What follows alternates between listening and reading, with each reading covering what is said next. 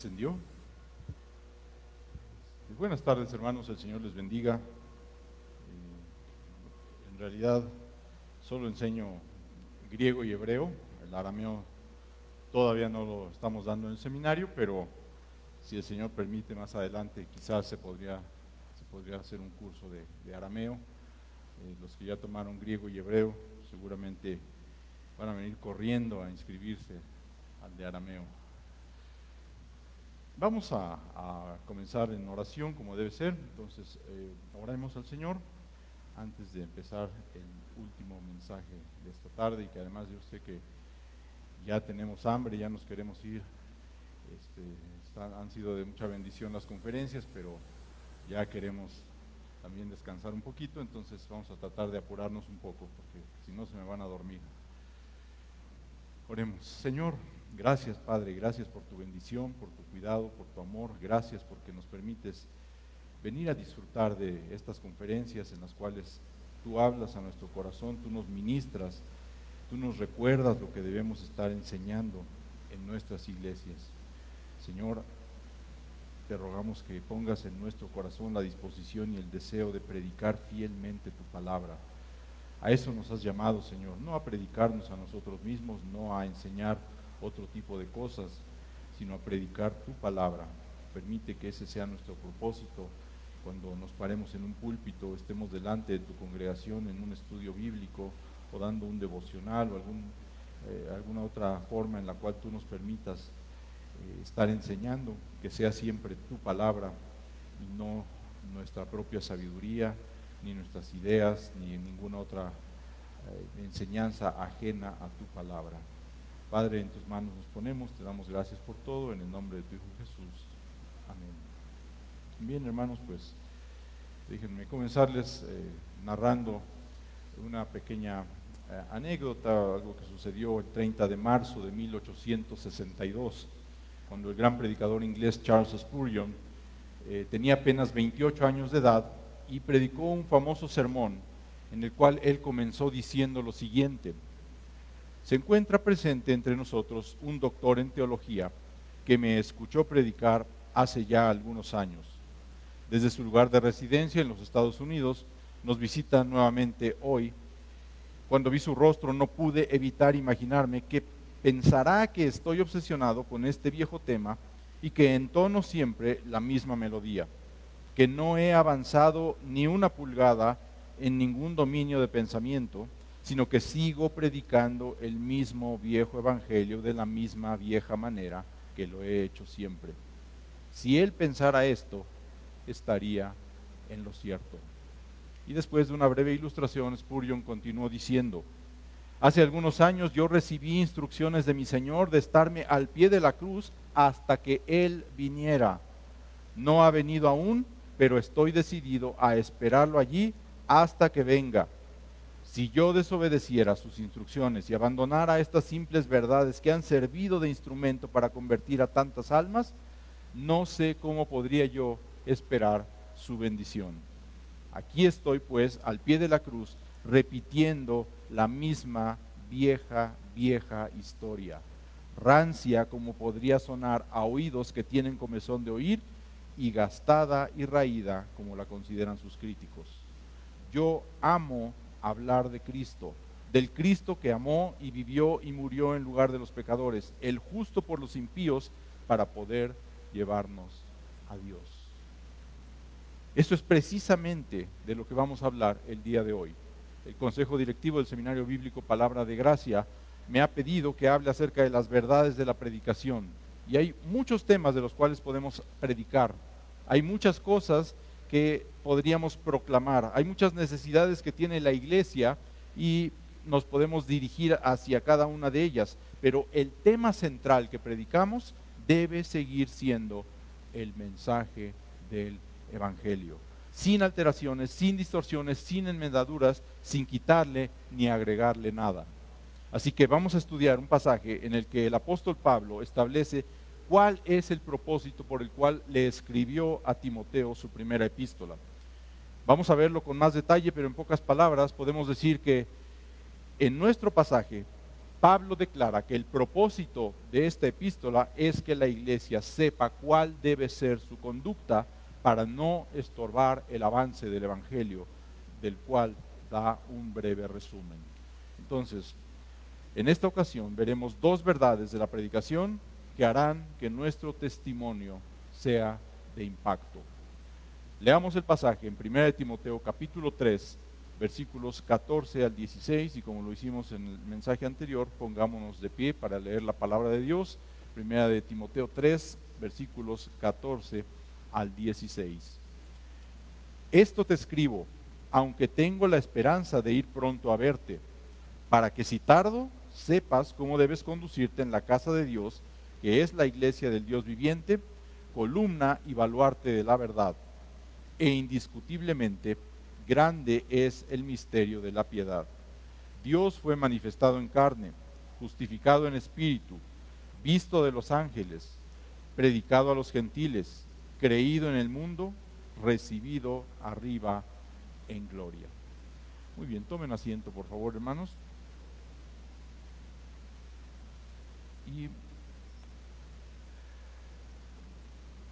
vamos entonces a ver la verdad del testimonio de la iglesia. La iglesia no predica únicamente desde el púlpito. La iglesia también predica con su testimonio. El mensaje que predicamos con nuestros labios se ve beneficiado o perjudicado por el mensaje que predicamos con nuestras acciones, por nuestro testimonio. Así que es importante que no descuidemos esa parte. Cuando Pablo dice, esto te escribo, se refiere a todo lo que ha dicho en la carta hasta este momento, y más específicamente a las instrucciones que le ha dado a Timoteo desde el capítulo 2. Pablo expresa a continuación su deseo de reunirse dentro de no mucho con Timoteo. Le dice que tiene la esperanza de ir pronto a verlo. Esto lo debemos tomar en conjunto con otros versículos para tratar de ver el panorama más amplio de la situación. En el 1:3, Pablo le dijo a Timoteo, como te rogué que te quedases en Éfeso cuando fui a Macedonia. Vemos aquí que al parecer Pablo y Timoteo estaban juntos en Éfeso después de que el apóstol salió del primer encarcelamiento en Roma. Sin embargo, Pablo tuvo que ir a Macedonia dejando a Timoteo a cargo de la iglesia de Éfeso. Aquí en nuestro pasaje le dice que espera ir pronto a verlo, y en el capítulo 4, versículo 13, le dice, entre tanto que voy, ocúpate en la lectura, la exhortación y la enseñanza. Entonces es claro que el apóstol tenía la intención de regresar a Éfeso a supervisar lo que le había encargado a Timoteo. El punto es que Pablo pretende regresar pronto. Su regreso es inminente y sin embargo, como él mismo lo dice al principio del versículo 15, podría retrasarse. Si el apóstol llegaba a tardarse, Timoteo debía tener instrucciones específicas y oficiales sobre la conducta apropiada en la iglesia de Dios. Y al igual que el resto de la epístola, estas instrucciones no son solo para Timoteo, ni tampoco exclusivas para la iglesia de Éfeso. Son instrucciones que aplican para cualquier líder en cualquier iglesia a lo largo de la historia del cristianismo, incluidos tú y yo, mi hermano, y las iglesias en las cuales Dios nos ha encargado que ministremos. Entonces nos dice que a pesar del posible retraso, sepas cómo debes conducirte. Pero Pablo no le está escribiendo a Timoteo para que él se enterara apenas de cómo debía comportarse en la casa de Dios, ¿sí? Ni tampoco para que él supiera solamente cuál debía ser su conducta personal, sino, como ya lo dije, la de cualquier persona en la casa de Dios. Y eso es precisamente lo que encontramos desde el capítulo 2, versículo 1, hasta el capítulo 3, versículo 13, y por supuesto también en el resto de la carta. En estos pasajes Pablo no está hablando de una conducta que solamente Timoteo debía seguir, sino una conducta que debe ser observada de manera general por todos los miembros de la iglesia. Lo que el apóstol le está diciendo a su discípulo es representativo de la conducta que se debe tener en la casa de Dios. Noten esta palabra, debes. No está diciendo cómo le gustaría que uno se comportara en la casa de Dios. No le está dando meras sugerencias, es algo que tiene que hacerse así. Es un mandato, no es una opción. La iglesia es la casa del Dios viviente y tiene que mantener su santidad debido a su función como guardiana de la verdad. Entonces lo que está en juego no es solamente la credibilidad de Timoteo, ni siquiera la de la iglesia de Éfeso, sino la credibilidad del mensaje del Evangelio. Y hermanos, esto es importantísimo. No se trata nada más de nosotros o de nuestro testimonio personal ni del testimonio de la iglesia donde ministramos. Es el testimonio del cristianismo, es la credibilidad del Evangelio. La gente que nos rodea nos está observando. ¿Qué testimonio le damos a la gente de afuera? A quienes ven de cerca lo que hacemos en la iglesia. Los vecinos alrededor, ya sea de esta iglesia o de la iglesia donde tú ministras. ¿Qué testimonio le estás dando? ¿Alguna vez te has preguntado cómo ven ellos a la iglesia? ¿Cómo la ven las personas que vienen de visita? Que vienen por primera vez a sentarse y escuchar nuestra enseñanza. ¿Cómo la ven los creyentes que están considerando congregarse en nuestra iglesia? ¿Cómo la ven los vecinos a los que les estacionamos los carros enfrente de su entrada? ¿Cómo te ven a ti como pastor, como líder, como predicador de esta iglesia? Pero más importante, ¿cómo impacta esto su percepción del cristianismo? ¿Cuál es la reputación que le estamos dando a Cristo como sus embajadores? Tal vez no te importe lo que la gente diga de ti, pero debería importarte lo que piensan de Cristo y del Evangelio por tu culpa. Si al interior de la iglesia hay pleitos y discordias entre hermanos, ¿qué mensaje le estamos transmitiendo al mundo que nos rodea? A veces estamos peleándonos por tonterías sin pensar cómo afecta esto a la proclamación del mensaje de salvación. Y no es de extrañar que sea tan común que el mundo nos diga, ¿para qué quiero ser cristiano? ¿Para ser como tú? Mejor me quedo como estoy. Por eso el apóstol Pablo estaba tan preocupado de que se les tapara la boca a los falsos maestros que estaban introduciendo en la iglesia diferente doctrina y prestando atención a fábulas y genealogías interminables que acarrean disputas más bien que edificación de Dios, que es por fe. No era solo que se estuvieran desgreñando entre ellos por cosas intrascendentes, sino que estaban afectando la imagen pública de la iglesia y de su cabeza, Jesucristo. La palabra para conducirte habla de la manera de andar o caminar en la vida cristiana. Se refiere a toda la manera de vivir de un cristiano a la luz de lo que Cristo ha hecho por nosotros. Sin embargo, Pablo detalla que se refiere más específicamente cuando dice conducirte en la casa de Dios. La frase la casa de Dios, por supuesto, se refiere a la iglesia, pero no en el sentido del edificio, sino en el sentido de la congregación, de la familia de Dios. En el capítulo 5, versículos del 1 al 2, Pablo enfatiza esta relación de los miembros de la iglesia como una familia cuando le dice a su discípulo, no reprendas al anciano, sino exhórtale como a padre, a los más jóvenes como a hermanos, a las ancianas como a madres, a las jovencitas como a hermanas con toda pureza. Somos una familia en Cristo y no por nada nos llamamos hermanos unos a otros. Entonces Timoteo debe saber cuál es la conducta que tienen que tener los creyentes en la casa de Dios, y esto por supuesto no debe malinterpretarse. No quiere decir que la conducta que Pablo describe a lo largo de la epístola se deba dar únicamente en el contexto de la iglesia, cuando estamos con los hermanos, mientras que en otros ámbitos o cuando los hermanos no nos ven, entonces sí podemos tener una conducta completamente distinta o incluso opuesta a la que tenemos en la casa de Dios. Esto, por supuesto, no es un llamado a la hipocresía, lo que está haciendo Pablo aquí. Pablo se refiere a que mucho de lo que describe a lo largo de esta epístola tiene que ver con actividades de la iglesia, como la predicación, la enseñanza, la exhortación, el combate contra la falsa doctrina, el trato hacia los falsos maestros, la oración congregacional, la selección de candidatos para el obispado y el diaconado, el trato con los distintos miembros de la iglesia, las responsabilidades de la congregación para con las viudas, la disciplina eclesiástica, etcétera, etcétera. Pero eso no excluye el que nuestra conducta también debe ser intachable cuando no estamos en el contexto de la iglesia.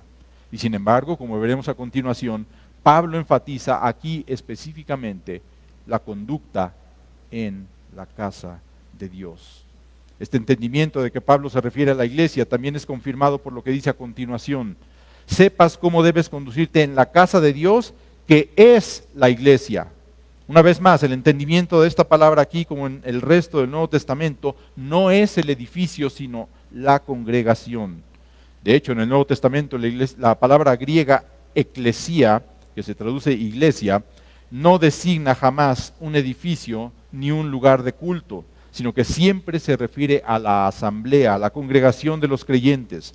Entonces, la congregación en su conjunto es la casa o la morada de Dios. Y además es preciso notar que aquí Pablo no parece estarse refiriendo a la iglesia o congregación local, sino a la iglesia universal como la casa de Dios. Y esto es algo que nunca debemos olvidar. La iglesia es la casa de Dios. De ahí la importancia del comportamiento que Pablo exige que tengamos en ella. A veces estamos acostumbrados a hacer desfiguros en nuestra propia casa, ¿sí? Y creemos que tenemos el derecho a hacerlos porque es nuestra casa. Pero la iglesia es la casa de Dios y debemos mostrar en ella una conducta apropiada.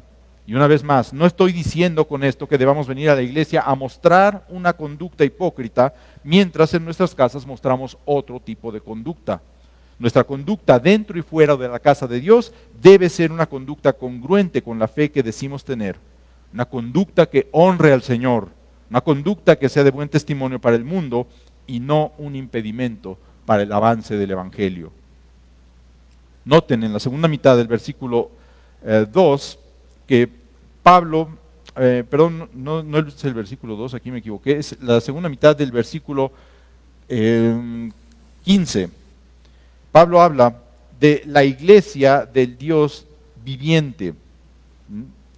Entonces, es la iglesia del Dios viviente. Generalmente en el Antiguo Testamento, cuando se habla del Dios viviente o del Dios vivo, lo que se quiere enfatizar es que Jehová, el Dios de la Biblia, es el único Dios verdadero. Y la iglesia de todos los, lo distingue de todos los demás supuestos dioses, de todos los ídolos, quienes no son más que meros esculturas inanimadas y sin vida, como dice en el Salmo 115, versículos del 3 al 7. Nuestro Dios está en los cielos, todo lo que quiso ha hecho. Los ídolos de ellos son plata y oro, obra de manos de hombres. ¿Sí? Son simplemente, tienen boca, mas no hablan, tienen ojos, mas no ven, orejas tienen, mas no oyen, tienen narices, mas no huelen, manos tienen, mas no palpan, tienen pies, mas no andan. No hablan con su garganta, y semejantes a ellos son los que los hacen, y cualquiera que confía en ellos. Son dioses muertos, a diferencia de nuestro Dios, que es el único Dios verdadero, el Dios viviente, el Dios vivo. En otros pasajes, lo que se enfatiza al hablar del Dios vivo o viviente es que Dios es quien da vida, el único que puede dar vida. Sin embargo, aquí en nuestro pasaje no se está contrastando a Dios con los ídolos, ni se está hablando de Él en su carácter de dador de vida. Por ello, el sentido del calificativo viviente no queda completamente claro aquí en nuestro pasaje, pero algunos comentaristas creen que se refiere a la realidad de la presencia de Dios en medio nuestro, en medio de su pueblo que es la iglesia. Por tanto, es una advertencia de que Él se da cuenta de nuestra conducta y habrá de juzgarla y castigar a aquellos que se comportan de tal manera que dañan la reputación de su casa. Del mismo modo, Él no permitirá que sus oponentes prevalezcan en contra de su iglesia. Además, la frase el Dios viviente habla del contraste entre el Dios verdadero y el Dios muerto que tienen las religiones ritualistas que dicen creer en la palabra de Dios, pero cuya conducta demuestra prácticamente que tienen una mera religiosidad carente de vida verdadera. Entonces, esta frase habla de la experiencia única de la iglesia que disfruta de la presencia de Dios en medio suyo y es complementada con la siguiente frase que nos habla de la función y ministerio en esta misma iglesia. Para esto Pablo utiliza dos términos arquitectónicos, columna y baluarte. Entonces, después de haber visto la verdad del testimonio de la iglesia, pasemos a ver la verdad del mensaje de la iglesia en la segunda parte del versículo 15 y en el versículo 16. Y recordamos simplemente el texto dice, columna y baluarte de la verdad, e indiscutiblemente grande es el misterio de la piedad. Dios fue manifestado en carne, justificado en el Espíritu, visto de los ángeles, predicado a los gentiles, creído en el mundo, recibido arriba en gloria.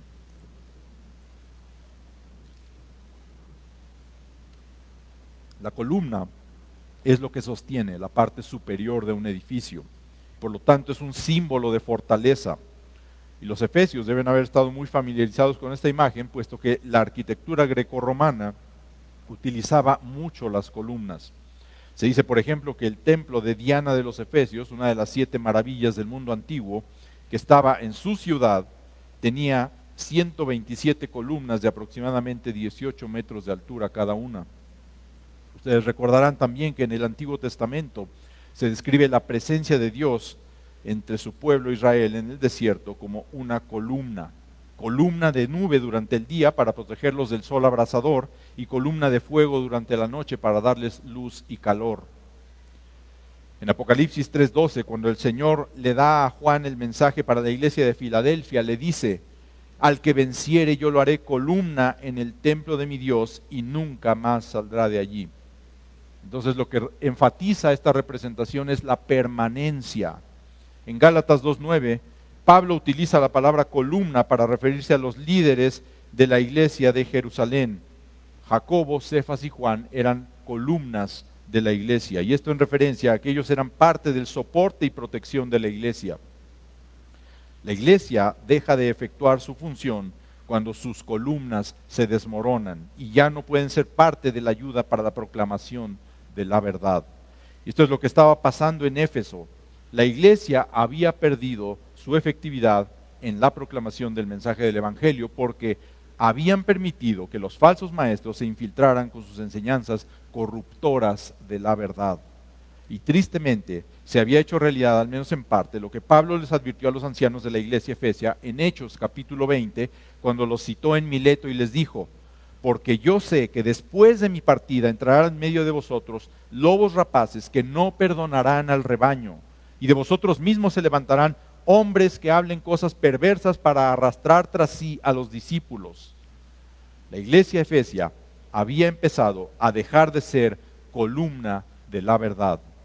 Mi hermano pastor, líder o predicador, ¿tu iglesia es columna de la verdad o has permitido que se infiltren enseñanzas ajenas, doctrinas extrañas, prácticas mundanas, ministerios innecesarios, teología humanista centrada en el hombre en vez de centrarse en Cristo?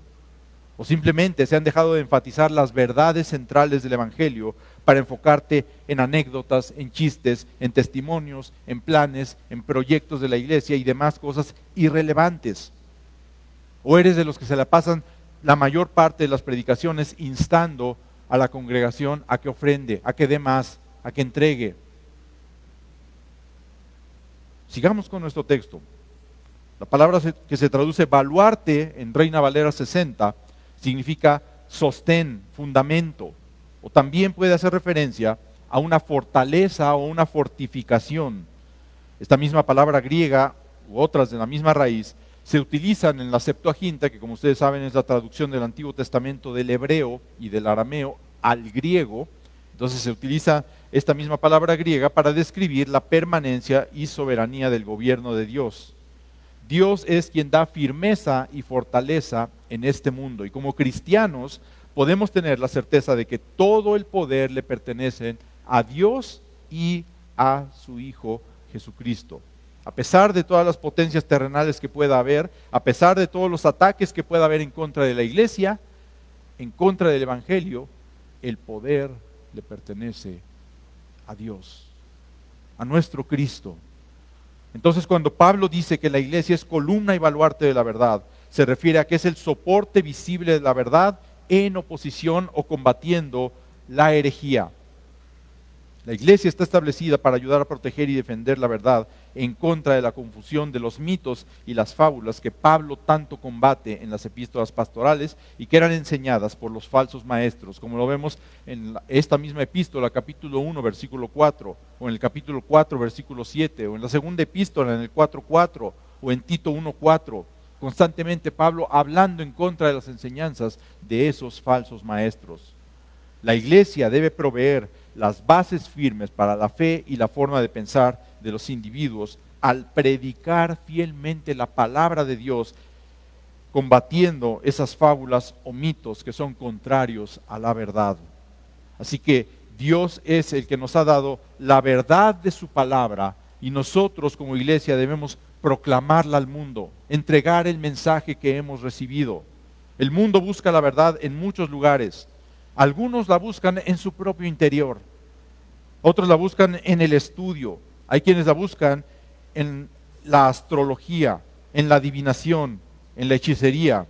Otros más la buscan en el hombre, en su creatividad, en su poder o en su dinero. Pero cada quien está buscando su propia verdad y no la única verdad que tenemos en la palabra del Señor. En el Sermón del Monte Jesús dijo que solo existen dos caminos. Uno es amplio y espacioso y la mayoría de los habitantes de este mundo va por allí. El otro es un camino estrecho y poco transitado, puesto que son pocos los que pueden encontrarlo. O mejor dicho, son pocos los que al encontrarlo deciden seguirlo. Prefieren el camino ancho. Este camino estrecho es también la verdad y la vida. Es Jesucristo mismo. La tarea de la iglesia es mostrarle al mundo cuál es el camino a seguir. El único camino que Dios ha determinado que lleve a la vida eterna. El problema es que la iglesia, por temor al mundo o por querer quedar bien con el mundo, le ha hecho concesiones debilitando su propia doctrina. Pero Santiago 4:4 claramente nos advierte: oh almas adúlteras, ¿no sabéis que la amistad con el mundo es enemistad contra Dios? Cualquiera pues que quiera ser amigo del mundo se constituye enemigo de Dios. Pero la verdad de la palabra de Dios no puede ser adaptada a los gustos y preferencias del mundo. La verdad bíblica es fija y constante. No está sujeta a las preferencias de nadie ni a las opiniones cambiantes del mundo. No está sujeta a modas que van y vienen. A la iglesia se le ha encomendado la verdad y tiene que proclamarla. La iglesia es columna y baluarte de la verdad. Y si la iglesia no protege y proclama la verdad, entonces ¿quién lo va a hacer? ¿El mundo que niega la existencia de la verdad objetiva y universal? Por supuesto que no. ¿Algún loco que proclame lo que él cree que es su propia verdad? Tampoco. Es la iglesia la que se tiene que encargar de proclamar la verdad. Por eso dice Pablo que el siervo del Señor no debe ser contencioso, sino amable para con todos, apto para enseñar, sufrido, que con mansedumbre corrija a los que se oponen, por si quizás Dios les concede que se arrepientan para conocer la verdad y que escapen del lazo del diablo en que están cautivos a voluntad de él. A la gente no le gusta conocer la verdad.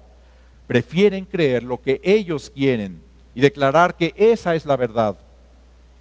Pero es un autoengaño mortal. Puede ser muy cómodo y muy fácil y por lo tanto muy popular, pero es mortal. Ni mi verdad ni tu verdad van a producir algo bueno de manera permanente.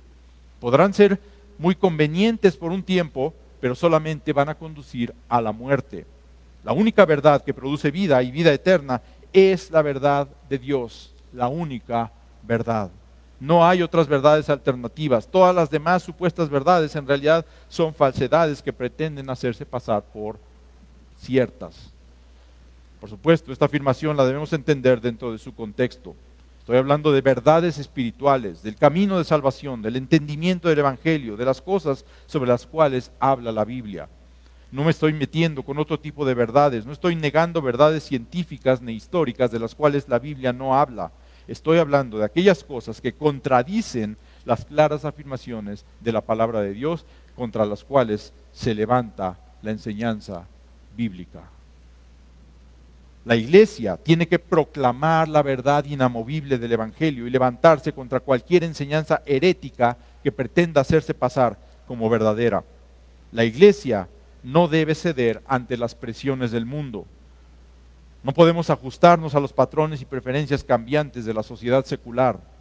Tenemos que rechazar las enseñanzas que promueven el machismo, el feminismo, el homosexualismo, el aborto, la evolución, el humanismo, la aprobación de drogas recreativas, etcétera, etcétera. Cuando la iglesia falla en proclamar la verdad de la palabra de Dios, en sostener en alto la verdad, deja de funcionar como debiera, como columna y baluarte de la verdad. Cuando la iglesia falla en cumplir con esto, generalmente se debe a que su liderazgo es pecaminoso. Y esto hace que la reputación de la iglesia se vea afectada mientras que su capacidad para ministrar al mundo se ve impedida. Por eso Pablo dio los requisitos para los líderes de la iglesia, de modo que las personas que no cumplen con ellos no deben ser consideradas para el liderazgo. Y si ya están en él, entonces tienen que ser quitadas de modo que se preserve la reputación de la iglesia y su capacidad para impactar al mundo con el mensaje del Evangelio. Tristemente, el mundo muchas veces se niega a creer el mensaje de salvación al considerar la conducta pecaminosa de los líderes eclesiásticos que desacreditan el mensaje que proclamamos. Por supuesto, quienes recurren a esas excusas serán juzgados por poner sus ojos en los hombres y no en el Señor.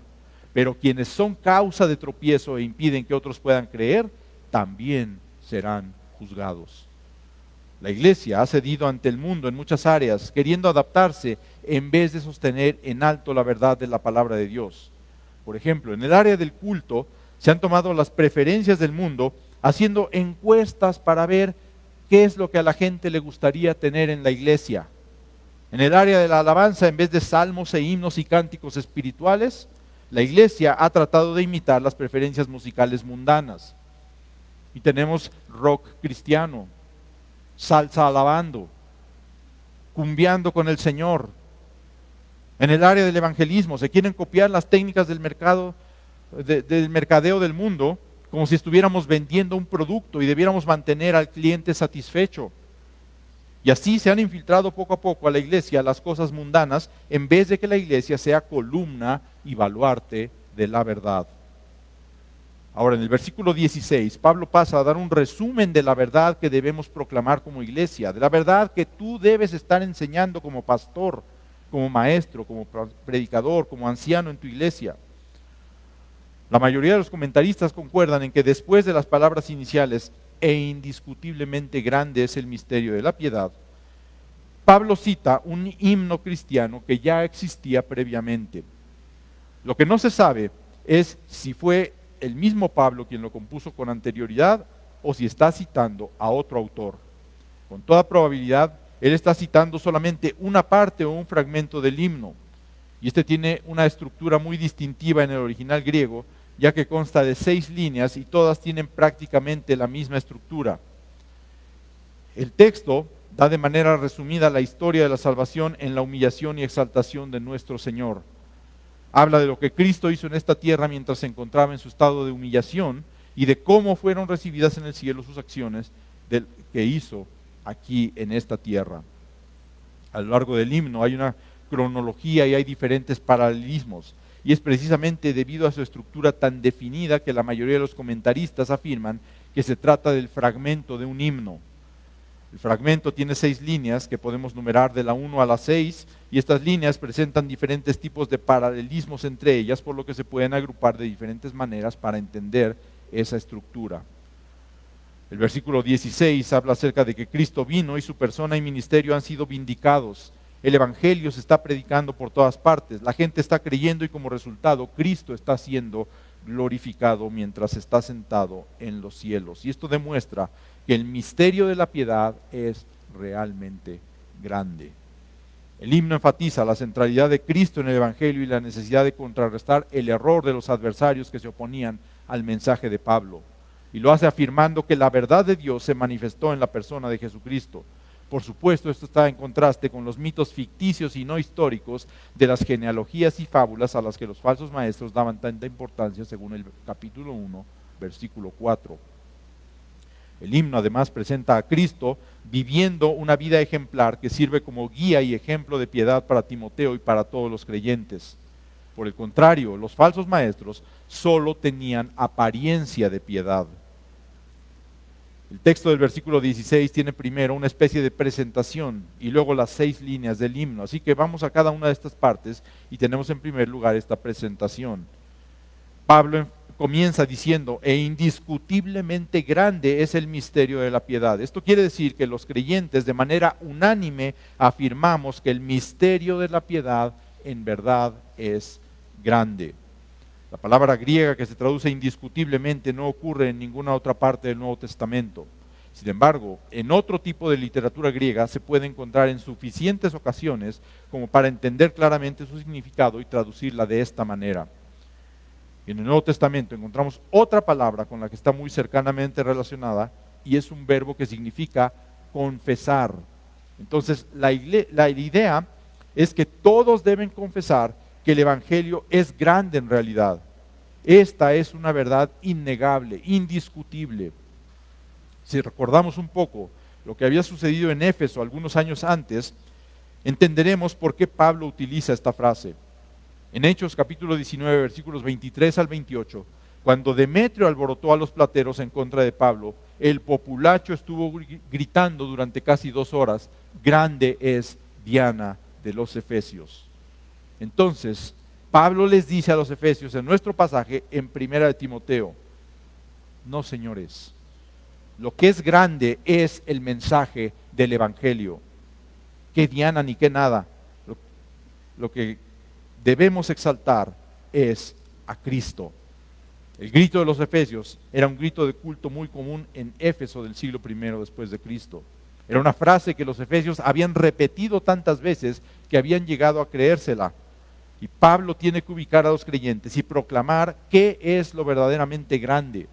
Es posible que Pablo haya escogido un himno que contrastara con el lenguaje de los cultos de los efesios, afirmando que en realidad lo que ellos adoraban tenía su verdadero cumplimiento en Cristo y no en Diana.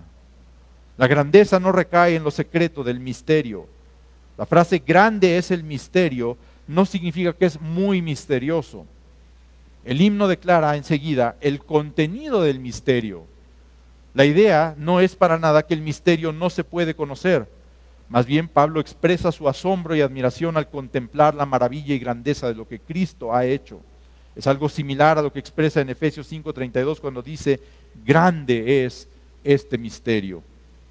Entonces la palabra misterio se refiere al mensaje del Evangelio que ahora ha sido dado a conocer por medio de Cristo. Ya Pablo había hecho referencia al misterio de la fe unos versículos más atrás en el 3:9.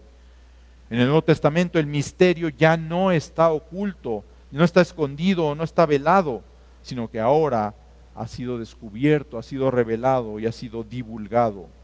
En Colosenses 1:27 el apóstol dice, a quienes Dios quiso dar a conocer las riquezas de la gloria de este misterio entre los gentiles, que es Cristo en vosotros, la esperanza de gloria.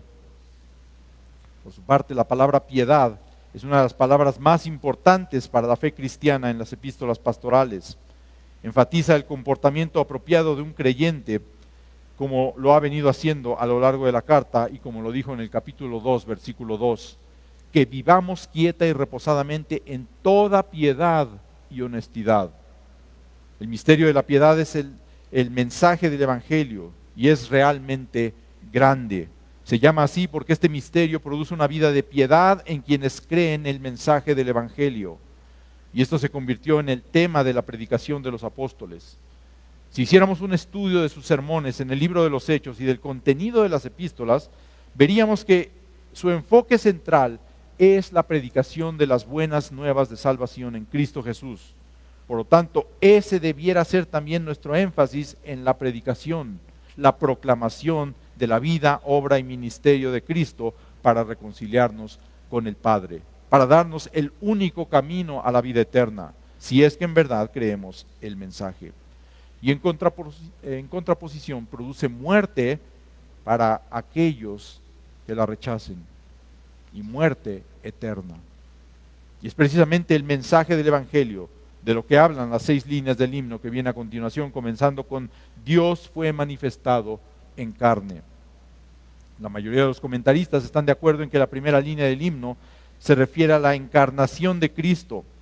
El verbo que se utiliza aquí no significa crear o traer a la existencia, sino hacer visible y manifestar algo que ya existía previamente. Esta primera línea del himno puede contrastarse con la última.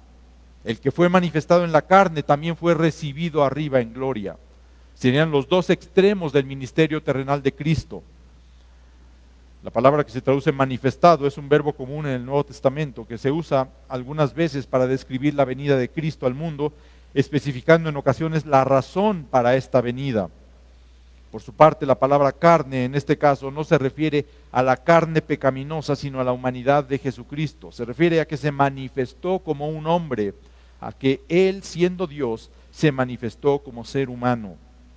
Podría referirse también a la esfera terrenal en oposición a la esfera espiritual, pero desde luego sin denotar por ello pecaminosidad. La idea es que Jesucristo es totalmente humano, sin dejar de ser totalmente divino. Entonces, este fragmento del himno comienza hablando de la encarnación de Cristo, pero vayamos ahora a la segunda línea, justificado en el Espíritu. Y esta segunda línea del himno es una de las más difíciles de interpretar. El verbo que se traduce justificado puede significar ya sea justificar o también vindicar. La preposición que se traduce en puede significar en o por. Y la palabra que se traduce espíritu puede referirse al espíritu humano de Jesús, a la esfera espiritual o al Espíritu Santo. Entonces todas estas posibilidades producen un gran número de combinaciones diferentes y por lo tanto de significados diferentes para entender esta línea. Y aparentemente nos podríamos guiar por el paralelismo puesto con la línea anterior, pero en la línea anterior la palabra que se traduce carne podría referirse a la humanidad o al mundo físico, como ya lo mencioné. Entonces podríamos intentar guiarnos por un paralelismo con la afirmación de 1 de Pedro 3:18, que usa las mismas palabras griegas cuando dice, siendo a la verdad muerto en la carne, pero vivificado en el espíritu. Y sin embargo, ese pasaje tiene los mismos problemas de ambigüedad que nuestro texto, entonces no es de mucha ayuda al compararlos.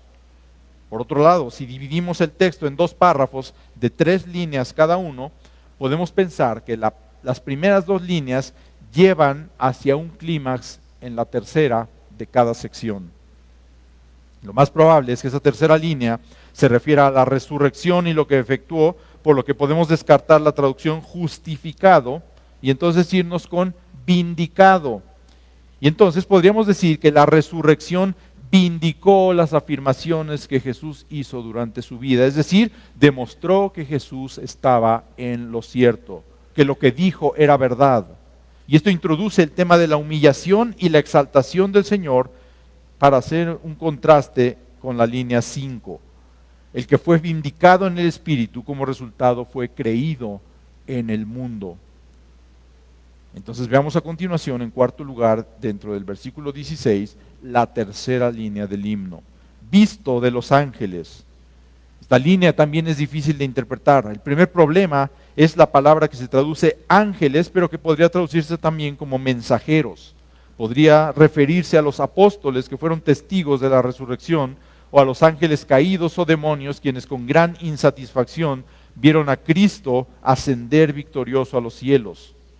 Podría referirse también a los ángeles quienes lo ayudaron durante su ministerio terrenal, a los que observaron su vida, a los que fueron testigos de su resurrección, a los que estuvieron presentes durante su ascensión, o a los que ahora le adoran en el cielo. Esta última opción, que se refiere a los ángeles santos, parece la más probable, puesto que es el uso más común de esta palabra en el Nuevo Testamento. La palabra que se traduce visto se refiere a su proclamación victoriosa en la resurrección y ascensión. Como dice 1 de Pedro 3, 21 y 22, por la resurrección de Jesucristo, quien habiendo subido a los cielos está a la diestra de Dios, y a Él están sujetos ángeles, autoridades y potestades. Esta línea parece ser el clímax de las primeras 2 y además es paralela con la línea 6. Entonces la primera estrofa expresa la encarnación, la resurrección y la glorificación de Cristo, mientras que la segunda estrofa expresa el resultado de su obra en la tierra. Así como Cristo vino en la carne y fue vindicado en el Espíritu, así también fue predicado y creído en el mundo. Así como fue glorificado en su ascensión celestial, también el que el mundo crea resulta en un gloriarse en Cristo. Entonces, esta tercera línea es una referencia a su ascensión victoriosa, que no solo vindicó sus afirmaciones como lo dice la línea anterior, sino que fue testificada por los ángeles en todo el universo. Entonces veamos en quinto lugar la cuarta línea del himno que inicia la segunda estrofa. predicado a los gentiles. La frase predicado a los gentiles podría traducirse como predicado o proclamado entre los gentiles o entre las naciones. En este caso, en términos generales, el sentido es bastante claro. Aquí lo interesante es tratar de entender qué relación tiene esta línea con las otras líneas. La línea comienza la segunda estrofa, y una vez que se describió la obra de Cristo en las primeras 3 líneas, ahora el himno pasa a darnos detalles de los resultados de su ministerio. Comienza con la proclamación a las primeras personas que creyeron, tanto judíos como gentiles, a quienes el mismo Señor les predicó durante su ministerio terrenal. Y sin embargo, podría referirse a la predicación del Evangelio a las naciones luego de la ascensión de Jesús, lo cual obviamente abarcó muchas más naciones que aquellas a las que Cristo mismo predicó durante su ministerio terrenal. Recordemos que Él ordenó a sus discípulos: id y haced discípulos a todas las naciones. Entonces podrían estar incluidas aquí. Los seguidores de Jesús han hecho esto a lo largo de los siglos, con el resultado del que se habla en 6º lugar, en la 5ª línea del himno: creído en el mundo. El significado de esta línea tampoco tiene muchas complicaciones.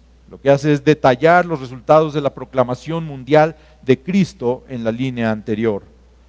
Esta línea es en cierto sentido paralela a la segunda línea: justificado o vindicado en el Espíritu, en el sentido de que en lo que el mundo está creyendo, y por supuesto no me refiero a todo el mundo, es en el Salvador resucitado.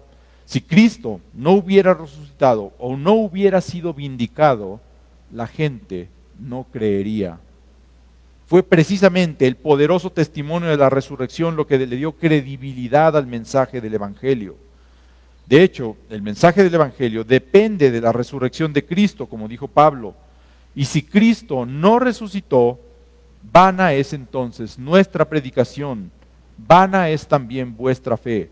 Mas ahora Cristo ha resucitado de los muertos, agrega en el versículo 20 de 1 Corintios 15. Por supuesto, en esta línea del himno, la palabra mundo no se refiere, como ya lo decía, a que todo el mundo crea en Cristo.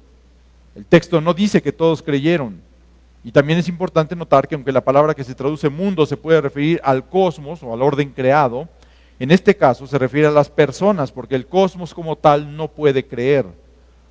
También hay que recalcar que la palabra mundo no tiene aquí el sentido negativo que se le da en el Evangelio de Juan, por ejemplo.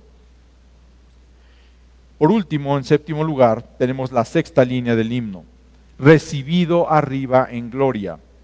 La palabra que se traduce como recibido arriba se utiliza 4 veces en el Nuevo Testamento en referencia a la ascensión de Cristo. Esta línea 6 contrasta con la línea 1 y, como ya lo mencioné, ambas describen los extremos del ministerio terrenal de Jesús, su nacimiento y su ascensión. Ahora Jesús está en la gloria celestial, en la presencia de Dios, gobernando como rey vindicado. Después de su humillación al haberse despojado a sí mismo, fue exaltado hasta lo sumo, dice Filipenses capítulo 2. Por supuesto, la resurrección y la ascensión de Cristo muestran la aprobación del Padre a su obra terrenal. Esta 6ª línea también sirve para cerrar el 2º párrafo del fragmento del himno. Cristo está siendo predicado y creído en la tierra, y esto es apropiado porque ahora Él está sentado en el cielo a la diestra del Padre.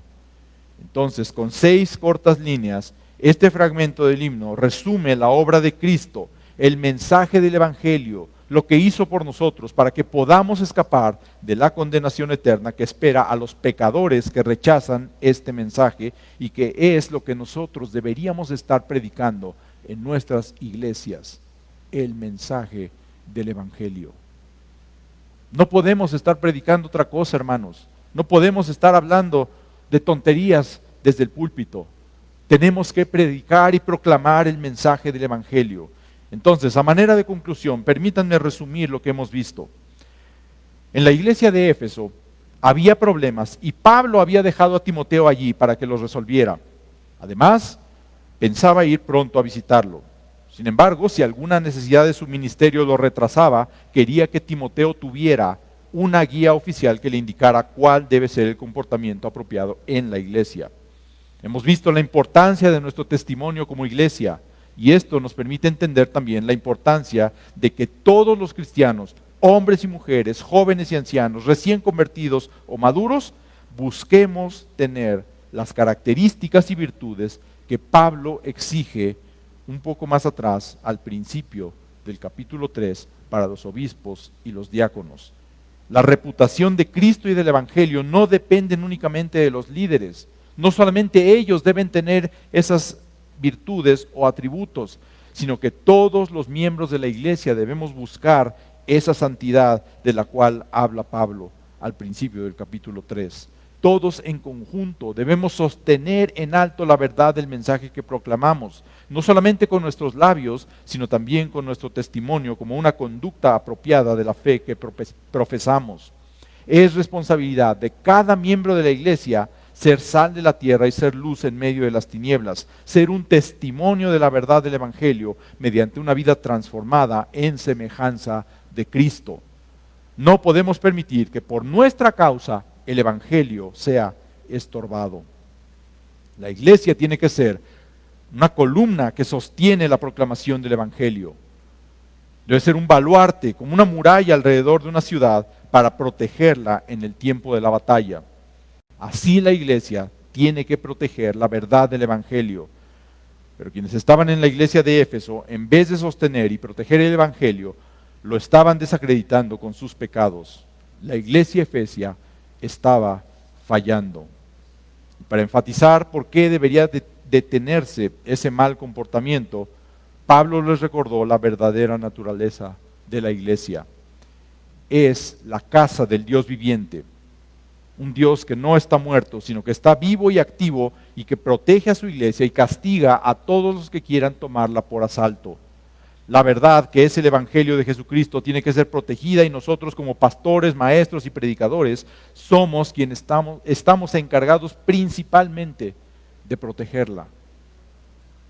Tú y yo, mi hermano, tenemos que estar cuidando qué se predica desde los púlpitos, de qué se habla. No se puede ceder el púlpito para que se venga a entretener a la gente.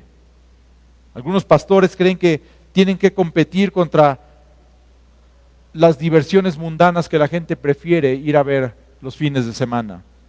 Y entonces tiene que ser más divertida la iglesia, tiene que ser más chistosa. No estamos en un circo, estamos proclamando verdades eternas.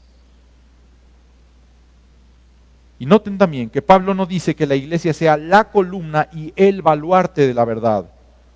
Dice simplemente columna y baluarte de la verdad. La falta de los artículos determinados puede traducirse como una columna y un baluarte de la verdad. Esto quiere decir que la preservación del Evangelio no depende únicamente de que la iglesia cumpla con su función, ni de cómo lo haga. El Evangelio nunca puede ni podrá ser destruido, pero el papel de protección es una de las funciones principales de la iglesia. Y es una función que debe ser cumplida y es una función sobre la cual seremos juzgados. Para enfatizar la grandeza del Evangelio y de la misión de la iglesia, Pablo cita parte de un himno que probablemente era conocido en la iglesia efesia. El himno describe primero la obra de Cristo y su encarnación, su resurrección y su ascensión, y luego describe que esto resulta en la obligación de la iglesia de predicar el Evangelio para que la gente crea y para que Cristo reciba la gloria que merece. Entonces, tenemos la obligación de ordenar los servicios de nuestras iglesias y conformarlo al patrón que Pablo establece en los capítulos 2 y 3 de esta epístola. ¿Es nuestra iglesia local la casa del Dios viviente? ¿Debemos ordenarla como nosotros queramos o como Él nos manda a hacerlo para que en realidad sea columna y baluarte de la verdad? ¿Cuál es el mensaje que estamos proclamando al mundo? ¿Es el mensaje del verdadero evangelio o es nuestro propio mensaje? Hermanos, la exhortación y la invitación es: proclama la verdad del evangelio desde el púlpito de tu iglesia. O si estás en un estudio bíblico, o si te toca dar un devocional, proclama la verdad del evangelio. No te desvíes. Como Spurgeon, sigue proclamando este mismo viejo mensaje, porque no pasa de moda, porque aún tiene que ser proclamado, porque aún tiene que ser predicado. Es el mensaje que tenemos y es el mensaje que debemos proclamar. No debemos estar buscando innovaciones o ser creativos. Aquí tenemos todo lo que necesitamos para proclamar. Nada más. Oremos. Padre bendito, te damos gracias, Señor, porque tú nos has dado instrucciones claras de qué es lo que debemos estar predicando, qué es lo que debemos estar proclamando desde los púlpitos de nuestras iglesias. Señor, ayúdanos a ser fieles, Padre. Perdónanos si a veces nos distraemos proclamando cosas intrascendentes, cosas ajenas a tu palabra. Señor, ayúdanos a ser fieles en proclamar el mensaje del Evangelio, en abrir las riquezas que has dejado para nosotros en él y presentarlas de manera clara delante de aquellos que escuchan nuestros sermones, nuestros estudios, nuestras predicaciones, nuestros devocionales. Señor, que con toda fidelidad proclamemos tu palabra, no solamente con nuestros labios, sino con nuestra vida de santidad y de obediencia, para que cuando seamos llamados a tu presencia, podamos escuchar: bien, buen siervo y fiel. Señor, que tú recibas la gloria por medio de nuestra predicación. Te lo pedimos en el nombre de tu Hijo Jesús. Amén.